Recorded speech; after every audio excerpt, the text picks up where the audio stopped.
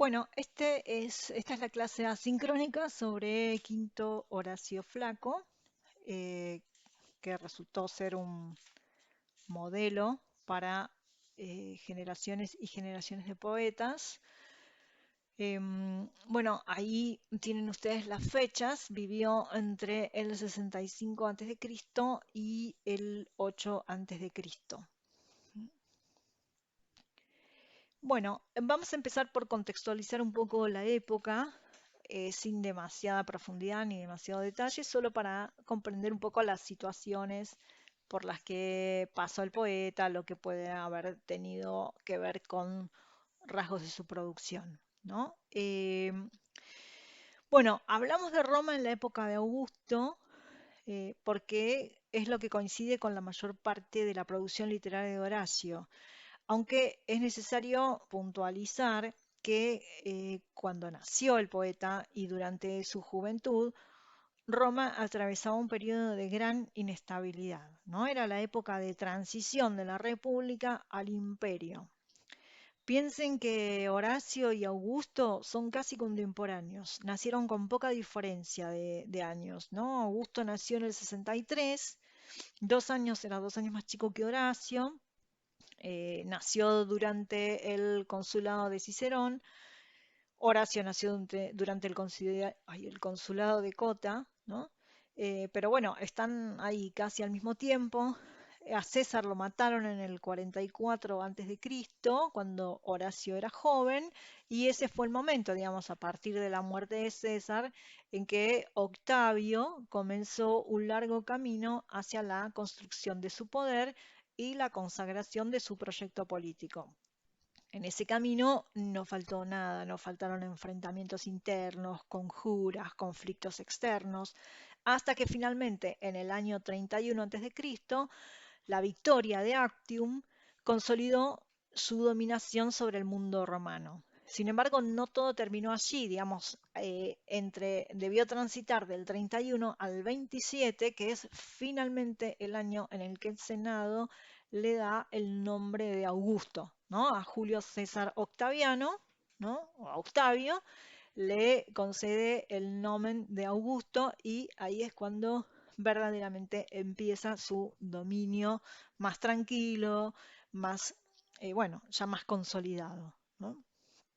Eh, Eso sería, digamos, este tránsito de las guerras civiles a la Pax Augustea, ¿no? Luego de eso, digamos, a partir del 31, el 27, empieza un periodo de tranquilidad y estabilidad para Roma, ¿no? Y de bonanza también. Bueno, otro de los elementos que tenemos que señalar en esta época es eso que llamamos el siglo de oro, ¿no? No lo llamamos así nosotros, lo llaman, digamos, los críticos, el siglo de oro de la literatura latina, por la coincidencia de enormes poetas, digamos, de poetas que fijaron la época, que son referentes genéricos, que son clásicos. Octavio tenía bastante claro, como lo hemos visto también un poco en nuestros autores, que el poder no se construye solo militarmente, sino también simbólicamente, ¿no? Y en este aspecto, para la consecución de su proyecto general, resultó clave la figura de Cayo Mecenas. Cayo Mecenas era un amigo muy cercano de Octavio, que también entendió rápidamente la importancia de esta misión simbólica, ¿no? Y se ocupó de buscar y atraer poetas al entorno del príncipe. O sea, antes de que Octavio fuera proclamado César en el 27, como ya dijimos, había logrado rodearse de poetas como por ejemplo Virgilio. ¿Mm? Eh, y junto con Virgilio otros, ¿no? El círculo este que se formó en torno a la figura de Mecenas estuvo integrado por grandes figuras como Propercio, Ovidio, bueno, también Horacio, claramente, y al mismo tiempo coexistió con otro círculo, el de Mesala, al que pertenecieron poetas como Tibulo. De esta época, no exactamente esta, una generación anterior, también es Catulo, es decir, fíjense la cantidad de poetas que aún hoy seguimos estudiando y trabajando y que siguen siendo importantísimos referentes literarios que coexistieron en esta época. Bueno, volviendo al círculo de mecenas, si bien era un patrocinador y muchos poetas dependían económicamente de él, con todo, la crítica tiende a resaltar la independencia que la pertenencia a este círculo les daba a los poetas. O sea, no por estar atados económicamente a mecenas, debían escribir lo que él quería. Porque se sabe también que, por ejemplo, Mecenas insistió mucho en que alguno cantara las glorias militares de Augusto y ninguno de los poetas lo hizo. O sea, ninguno de estos poetas escribió, por ejemplo, una Res Gestae de Augusto. Sí, lo celebran, lo alaban en distintas composiciones, pero nadie escribió la épica de Augusto, ni siquiera Virgilio, o sea, escribió una épica romana, escribió una épica para Roma que se vincula con Augusto porque trata de construir, digamos, esa filiación eh, gen- o sea, generacional, digamos, de familia con la, este, digamos, la sangre troyana, a través de la figura de Eneas, de darle un origen ilustre a Roma, que, bueno, por supuesto repercute en la figura de Augusto, pero no es una épica de Augusto. Bueno, vamos a referirnos brevemente a la vida de Horacio, ¿no? Ahí les puse una imagen, ahí lo tienen un Horacio Cenex, en lo que, bueno, podría ser una representación que transmite bastante su poesía, ¿no? El Cenex reflexivo, introspectivo, con el entorno natural de su vila, este, en una meditación y acompañado, lógicamente, por el vino, ¿no? Ahí tienen al pie, digamos, debajo de la figura, la cita del verso del Lepodo 2, Beatus Ille, qui procul negotis. Bueno, con respecto a la vida de Horacio, vamos solamente a referir acontecimientos que resultan relevantes para pensar su producción, ¿no? Bueno, tiene un biógrafo temprano que es Suetonio. Suetonio lo incluye la biografía de Horacio en la vida de los hombres ilustres, ¿no? Escrita más o menos un siglo después de la vida de Horacio. Lo que importa destacar, bueno, es que era hijo de un liberto de Venusa, un liberto que había logrado una posición económica estable con la ocupación a la que accedió después de cuando dejó de ser esclavo, ¿no? Era un intermediario financiero en subastas. Estaba preocupado, evidentemente, por la educación de su hijo, que parece haber sido el único hijo, ¿no? No se menciona ni se puede rastrear que haya tenido hermanos. Así es que se van a Roma cuando Horacio era joven y luego a Atenas. La estancia en Atenas es importante por varias cosas. Primero, lógicamente, por la educación que recibe ahí. Y segundo, por los contactos, ¿no? En Atenas conoce a Mesala, este protector, benefactor de las letras que les nombré hace un rato. También conoce al hijo de Cicerón y, muy importante, a Marco Junio Bruto. Marco Junio Bruto es el que participó en la conspiración que condujo al asesinato de César en los idus de marzo. Y a él dicen, ¿no? Cuentan que le dirigió sus famosas últimas palabras, te quoque brute filimi. Bueno, hay discusión de si las dijo o no las dijo, pero sería tú también, Bruto, hijo mío. Bruto estaba en Atenas juntando fondos y fuerzas para un ejército republicano, ¿no? Para enfrentar a Octavio y a Marco Antonio, que en ese momento formaban parte del segundo triunvirato. Horacio se sintió seducido por esta postura y se sumó. Incluso, para que participara del ejército, le dieron dignidades militares que no correspondían a su clase y a las que nunca hubiera podido acceder haciendo una carrera militar normal. Pero cuando estos ejércitos se enfrentaron en Filipos en el año 42, los ejércitos de Bruto y de Marco Antonio y Octavio, el bando de Bruto perdió. Y Horacio volvió a Roma para encontrarse huérfano, porque en ese intermedio su padre había muerto, y pobre, probablemente porque al estar en el bando perdedor le habrían expropiado sus bienes para dárselos, lógicamente, a los militares vencedores. Así que empezó a trabajar en un oficio semejante al de un escriba, un oficio burocrático. De esa época se supone que son las sátiras y los epodos que representan la producción más furiosa, por decirlo de algún modo. Después nos vamos a referir mejor a esto. El año 39 es un año clave porque se señala como el año en que conoció a Virgilio en la escuela epicúrea de Cirón, perdón. Y Virgilio es quien le presenta a Mecenas. Horacio logra quedar bajo la protección de Mecenas y a partir de allí su vida discurre con mayor tranquilidad, a menos en el ámbito público.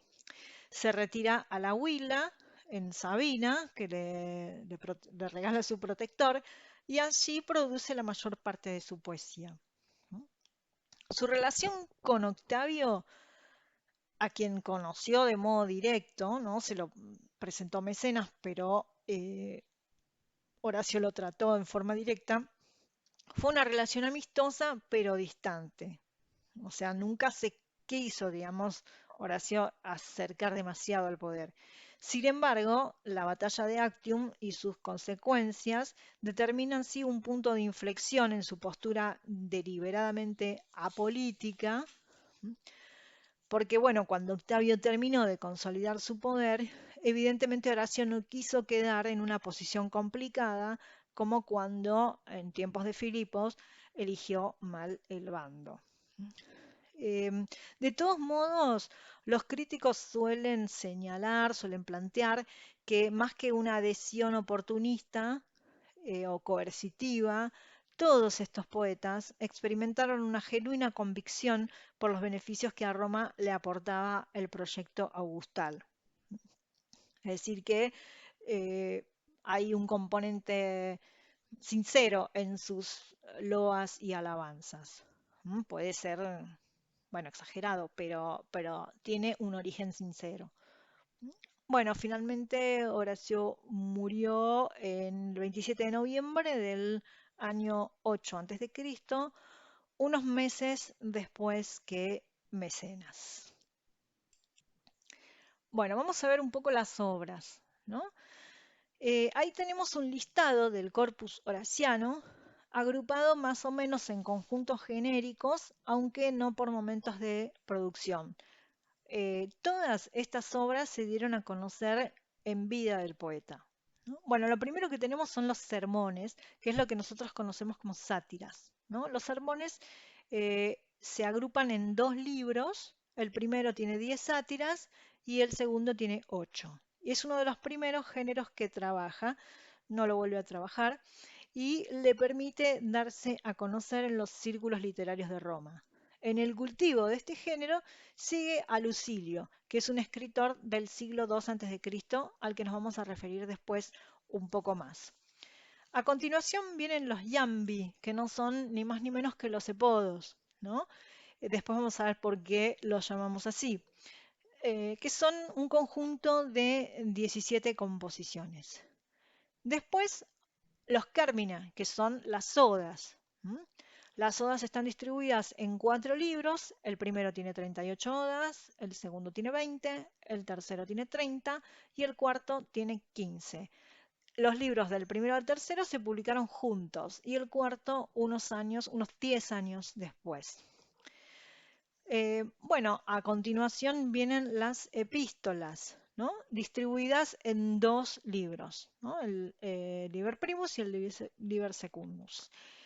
En el primer libro hay 20 epístolas de extensión diversa. Por ejemplo, hay varias dedicadas a Mecenas, la primera, la séptima, la 19ª. La tercera, dedicada a Florio, la cuarta al poeta Tibulo, bueno, y unas cuantas. La 20, que es la que cierra el conjunto, es una muy curiosa dirigida al propio libro. Y el libro 2 de las epístolas está compuesto solamente por tres composiciones más largas. La primera dedicada a Augusto, que constituye una recusatio, es decir, justamente la negativa a escribir épica. La segunda a Julio Floro, que también es una expresión de renuncia, pero esta vez a la lírica. Y la tercera, que es la que nosotros más conocemos, la Ad Pisones, extensísima, que, bueno, se llamó después Ars Poetica. Todas estas, las tres epístolas del libro segundo, transitan la temática literaria. La Ars Poetica luego comenzó a tener una tradición independiente, ¿sí? Como que el libro segundo de las epístolas empezó a publicar solo con la 1 y la 2 y la Ad Pisones suelta. Y por último tenemos el Carmen Saeculare. El Carmen Saeculare es una composición de 76 versos escrita por petición de Augusto para ser cantado en la ceremonia de los Juegos Seculares del 17 a.C. La fecha es interesante porque fíjense que es una composición por encargo para una fiesta solemne e importante, escrita 2 años después de la muerte de Virgilio, o sea que podemos suponer que en algún momento se intentó que Horacio ocupara el lugar de Virgilio como poeta nacional. Bueno, esto que tenemos acá es más o menos lo mismo, solo que es una cronología para que ustedes vean en qué año se dieron a conocer los diferentes libros, ¿no? El Liber Prior del Sermonum Liber Prior en el 35, el segundo en el 30, al mismo tiempo que los Jambi, o sea, toda la producción juvenil, tres libros de las Odas, todos juntos, el primer libro de las epístolas, el Carmen Saeculare, el segundo libro de las epístolas y el cuarto libro de las Odas. ¿Mm? Bueno, ahora vamos a ver un poquito los géneros en los que podemos ir ubicando esta producción que describimos. Antes de arrancar, tenemos que tener en cuenta que cuando clasificamos la poesía de la antigüedad con categorías genéricas, tenemos que tener en cuenta que no siempre lo que se aplica en la actualidad, según los parámetros teóricos que conocemos, se corresponde con lo que se pensaba en la antigüedad. Por ejemplo, si bien agrupamos hoy, como se muestra en ese esquema, sin problemas, las odas y los epodos dentro del mismo conjunto y todo a la vez dentro de los límites del espacio lírico, estas dos variedades eran muy distintas en su momento, se consideraban cosas muy distintas en su momento. Hoy, de hecho, se publican juntos, en general las publicaciones traen las odas y los epodos por un lado y las sátiras y las epístolas por otro, pero digamos, en su momento, en su contexto de producción, eran géneros muy diferentes. Eh, bueno, hoy los integramos en el ámbito de la poesía lírica. Pero ¿qué pasa con las diferencias en la antigüedad? ¿No? Las odas responden a la poesía lírica en su más estricto sentido. Siguen el modelo de los líricos helénicos. Alceo, Safo, Anacreonte, Píndaro, que escribieron poemas para ser cantados y bailados al ritmo de la lira. El tipo poético dominante es de bendición y elogio, o sea, este es el tono, ¿no? Las composiciones discurren por ese tono. Y además se asocian con temas determinados, como el canto a los dioses, el encomio a los héroes, el amor, el vino y los placeres del banquete. Después vamos a ver un poquito más esto. Formalmente, la lírica pura se caracterizaba por el empleo de una métrica especial cuyo uso fue cultivado básicamente por Alceo y Safo, ¿no? Por eso métrica eólica. Es una métrica variada que también se puede, digamos, dar en agrupaciones estróficas. En cuanto a la arquitectura de las odas, de los libros, no hay una ordenación rígida, solo digamos, un poema de apertura que en general es más solemne y otro de cierre epifonemático que se asocia al hecho literario mismo. ¿Qué pasa con los epodos? ¿No? Estos no pertenecen a lo que los antiguos llamaban lírica, ya que estas composiciones en sus orígenes no se cantaban al son de la lira y en general son composiciones que trasladan invectivas y agresiones, ¿m? Aunque ese elemento agresivo esté en un segundo plano, pero siempre hay, digamos, una intención como más violenta, ¿no? Este género proviene de Arquíloco de Paros y también se diferencia de las odas por la métrica, ¿no? Porque los epodos utilizaban el yambo, ¿no? De hecho, por eso vimos que Horacio los llamaba yambi. Eh, bueno, por ahí, ¿qué es lo que nos lleva a nosotros a considerarlos parte del mismo conjunto, del conjunto lírico? Ambos comparten este elemento del subjetivismo, ¿no? De la percepción, de la introspección, de la mirada subjetiva de la voz poética, ¿no? Pero eso no era definitorio, no definía género en la antigüedad, sino los temas y la métrica. Son sí ambos herederos de la antigua poesía griega y del alejandrinismo, ¿no? Y de su versión romana, el neoterismo. O sea, Calímaco, ¿no? Como representante del alejandrinismo y los Noui del neoterismo, que eran defensores de la musa tenuis, ¿no? El epigrama, el epilio, la elegía lírica, frente a la musa gravis de la epopeya y la tragedia. Bueno, en el ámbito de otros géneros poéticos, ¿no? Que no caracterizaríamos como líricos nosotros, mucho menos los antiguos, encontramos las sátiras y las epístolas. La sátira es un género relativamente nuevo en Roma, que contrariamente a lo que sucede con otros, está marcado por la indefinición. Los temas tienen que ver con lo cotidiano, con cosas, digamos, del ámbito de todos los días, y el estilo suele ser parodia de otros estilos. También, digamos, se caracterizan por la variedad y la densidad. O sea, fíjense que son todos elementos bastante poco caracterizadores, ¿no? Bueno, ya nos referimos a Lucilio, que es este poeta a quien siguió Horacio para la composición de sus sermones. Lucilio lo fijó este género, al menos en lo formal, en su aspecto formal, porque descartó la polimetría que usaba originalmente para la composición de sus sátiras para fijarlas en el hexámetro. Pero, por ejemplo, la forma métrica es sí, uniforme, pero las formas discursivas son variadas, porque las sátiras pueden ser monólogos, pueden ser diálogos y pueden ser también, ojo a esto, epístolas. Los temas tienen que ver con la crítica de vicios, pero también la filosofía moral, o sea, el comportamiento, la crítica literaria y el retrato autobiográfico. Horacio, al titular las sermones, las vincula también con otro género que es la diatriba moral.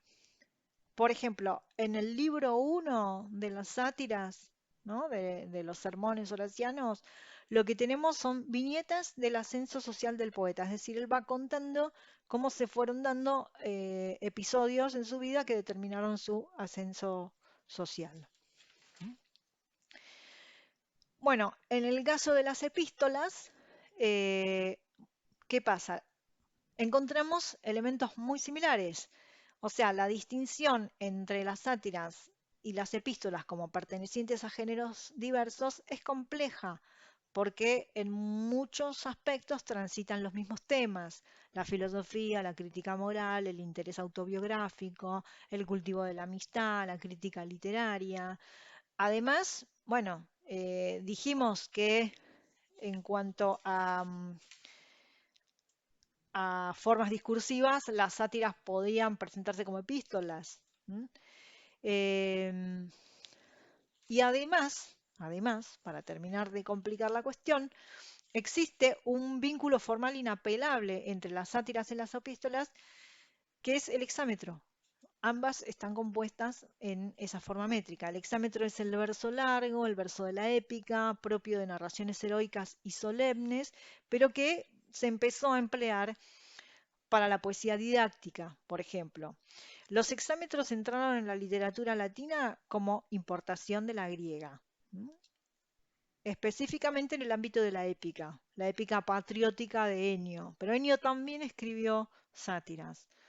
Luego, el uso de los hexámetros fue consagrado por Virgilio, toda su obra está escrita en hexámetros, incluso los tres géneros que cultiva, ¿no? La bucólica, la épica y la poesía didáctica, ¿no? Y a partir de ahí se adaptaron a otros usos. Bueno, no sé si a partir de ahí se usaron para otros géneros, como por ejemplo el poema didáctico de Lucrecio, ¿no? Un poema didáctico de carácter epicúreo de Rerum Natura, que está también escrito en hexámetros. Bueno, ya mencionamos la epístola tercera del libro segundo, dijimos que tiene una tradición independiente, está ad Pisones, llamada también Ars Poetica. Nos vamos a detener un poquito en ella justamente por, digamos, la importancia o el impacto que tiene en la tradición posterior. Hay fundamentalmente tres asuntos que están tratados en esta epístola y que fueron de sumo interés para el Siglo de Oro y que resultan básicos. Los podemos agrupar en esos tres pares, en esas tres como dicotomías, ¿no? Docere delectare, ahí tienen por ejemplo una cita, ¿no? Los poetas quieren ser útiles o deleitar o al mismo tiempo decir lo que es ameno e idóneo para la vida, ¿no? Em, o sea, la necesidad de cumplir con ese binomio, perdón, en la finalidad artística. O sea, cumplir con la enseñanza y el deleite, con el prodesse y el delectare, a través del arte. Ars ingenium. Bueno, esto lo hemos visto en varios poetas del siglo de oro, ¿no? ¿Qué es lo que predomina? ¿Qué es lo que es importante? Si la inspiración o la técnica, ¿no? Lo hemos visto en Herrera, lo hemos visto como uno de los temas sobre los cuales el barroco adopta una posición diferente por ahí de la del Renacimiento. ¿Hace loable a la poesía la naturaleza o el arte? He ahí la cuestión. Yo no veo en qué aprovecha el estudio sin rica vena o ingenio en bruto. Esto es lo que dice Horacio sobre el binomio ars ingenium. Res huerva. Esto también lo hemos visto abundantemente en el siglo de oro. Gestas de reyes y caudillos y tristes guerras, ¿con qué metro podían escribirse? Mostró, bueno, perdón por la errata, Homero. En versos desparejamente juntos, el lamento primero, luego se incluyó la expresión del deseo cumplido.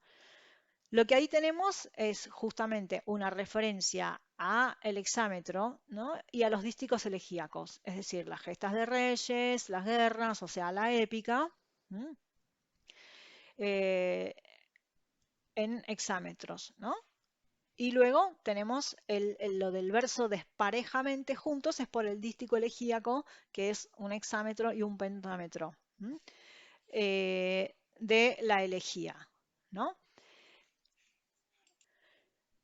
A Arquíloco la ira lo armó con el genuino Jambo, ¿no? Ahí tenemos la cuestión de los epodos, la definición esta de el Jambo y la ira, esta unión que es la que da lugar a este género con su forma métrica específica, el Jambo, y con ese tono, ¿no? De invectiva, de ataque, que son los epodos. Y finalmente, la musa concedió a la lira celebrar dioses, hijos de dioses, el púgil vencedor y el caballo primero en la carrera, los afanes amorosos de los jóvenes y el vino que da libertad. Ahí tenemos, digamos, la definición de la poesía lírica en cuanto a los temas. No hace ningún tipo de aclaración métrica porque, bueno, es justamente una métrica variada, ¿no? Entonces, celebrar los dioses, de ahí también surge ese otro tono que tiene el canto lírico, ¿no? Que es un tono celebratorio. Los dioses, los hijos de los dioses, el vencedor, bueno, los temas amorosos y, bueno, lo del vino, que ya vimos que también venía de la tradición griega. Bien, ahora vamos a detenernos un poco en los ámbitos temáticos de la poesía horaciana. Bueno, ahí los tenemos una lista un poco así arbitraria, un poco lineal, de los temas que son tratados fundamentalmente en las odas y en los epodos, eh, aunque también aparecen en las otras composiciones, algunos de estos, y ya nos hemos referido además a qué tipo de cosas se tratan en las sátiras y en las epístolas. Pero bueno, tenemos que las composiciones líricas están cruzadas por temas de filosofía moral de tradición estoica y epicúrea, ¿no? Ambas. Hay elogios a Augusto como Salvador de Roma, el tema de las relaciones de amistad, temas eróticos y amorosos, bueno, el vino, que ya vemos que es herencia de Alceo y Anacreonte, la naturaleza, representada como un locus amoenus y como resorte para la meditación intimista, el aislamiento de la vida pública y existencia retirada, esto también tiene que ver con esas escuelas filosóficas, ahora lo vamos a aclarar más, la creencia en la providencia de los dioses, la muerte, reflexiones metapoéticas y la mitología, que aparece tanto como argumento de los poemas, como ejemplo, con predominio bastante marcado de la leyenda troyana. Bueno, dentro de este conjunto de temas que aparecen recurrentemente en las odas y en los epodos, tenemos llamados al placer, a disfrutar lo efímero en algunos, en otros es un marcado llamamiento a la virtud que se manifiesta por objetivos morales como la templanza, la mesura, la medianía, la justicia, la fortaleza espiritual. Em, y el tema de la muerte también es, digamos, no concebido como un estado inconsciente de los bienes perdidos, que sería una versión bien epicúrea de esta representación, sino como una perspectiva lúgubre e inevitable, y fin de los placeres, ¿no? Así también se entiende su prédica recurrente del llamamiento al goce. Em, ay, aquí está. Bueno, estas dos escuelas, ¿no? El epicureísmo y el estoicismo, provenían de la época helenística y calaron bastante en Roma.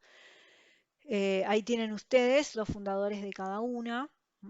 Mecenas, por su parte, fue un impulsor del epicureísmo, ¿no? En la poesía de Horacio se encuentran bastantes marcas textuales que recuperan principios del epicureísmo, como vivir ocultamente, esta cuestión de aislarse, de recluirse, en el retiro de las soledades. Eh, digamos, el epicureísmo a veces es trivializado, confundido un poco con el hedonismo por esta cuestión del llamamiento al placer, pero es un placer mesurado, en armonía con la naturaleza, un placer que tiene que ver con la satisfacción de los deseos naturales y necesarios, que es lo que proporciona la verdadera felicidad. O sea, no sufrir dolor en el cuerpo ni perturbación en el alma. Una idea muy importante dentro de la filosofía epicúrea, que se puede rastrear mucho en la poesía de Horacio, es la idea del tiempo, que se define en relación con el tiempo universal, con los cambios de la naturaleza, los ciclos naturales, ¿no? Esta es una temática que está muy presente en las odas. Incluso pueden encontrarse odas dedicadas a cada una de las estaciones. Por ejemplo, la oda cuarta del libro 1, que está dedicada a la primavera, la novena del libro 1 al invierno, la decimotercera del libro tercero al verano y la decimoctava del libro tercero al otoño. Y la séptima del cuarto, que está dedicada a todas las estaciones. Pero bueno, mientras el tiempo natural es cíclico y siempre trae la esperanza de la renovación, el tiempo del hombre es finito y siempre está acotado con la certeza de la muerte, ¿no? Por eso les decía que acá es, digamos, como que hasta acá llega el estoicismo perdón, el epicureísmo de Horacio, porque su idea de la muerte no es como la piensa el epicureísmo, que es un estado inconsciente de los bienes perdidos, sino una perspectiva más oscura, más lúgubre, más trágica en algún sentido, ¿no? Em, entonces, por eso es muy importante lo que se hace durante la vida, ¿no? Y en ese sentido, la filosofía moral y la ética del epicureísmo proponen esta aponía, que es el equilibrio físico, el apartarse de los dolores del cuerpo, ¿no? Y la ataraxia, que es el equilibrio espiritual. Esta propuesta la vemos digamos, cifrada en tópicos como el Beatus Ile y el Carpe Diem, que engloban, digamos, estas dos actitudes. La muerte es un límite, no hay nada después, ¿no? De hecho, por eso también, acá también hay alguna que otra contradicción bueno, con el pensamiento epicúreo, ¿no? Porque, digamos, el epicureísmo propone que los dioses están en su mundo y que no hay nada después de la vida. No hay, digamos, ni el Hades, ni los empíreos, ni los elíseos, ninguna de esas cuestiones, sino que no hay nada. ¿M?